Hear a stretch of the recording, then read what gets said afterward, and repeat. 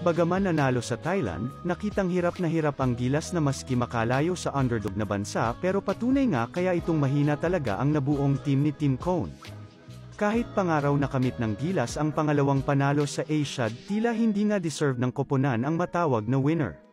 Makikita kasing sa umpisa pa lang ng unang quarter ay mukhang tinatamad na nga ang mga players. Nandyan pa ang maraming beses na missed free throws na ikinagulat miski ng sportscaster dahil kilala ang Pilipinas sa isa sa may pinakamagaling sa charity strikes.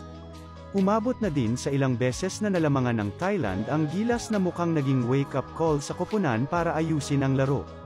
Pero kahit ganon ay nagpatuloy pa rin ang Minties sa tres dahil miski si Brownlee ay nawalan ata ng powers na makashoot sa malayo, dagdag pa ang foul niya dahil sa traveling. Mahina nga rin ang offense at defense dahil kahit rebounds lang ay bigo ang bansa magkapunto.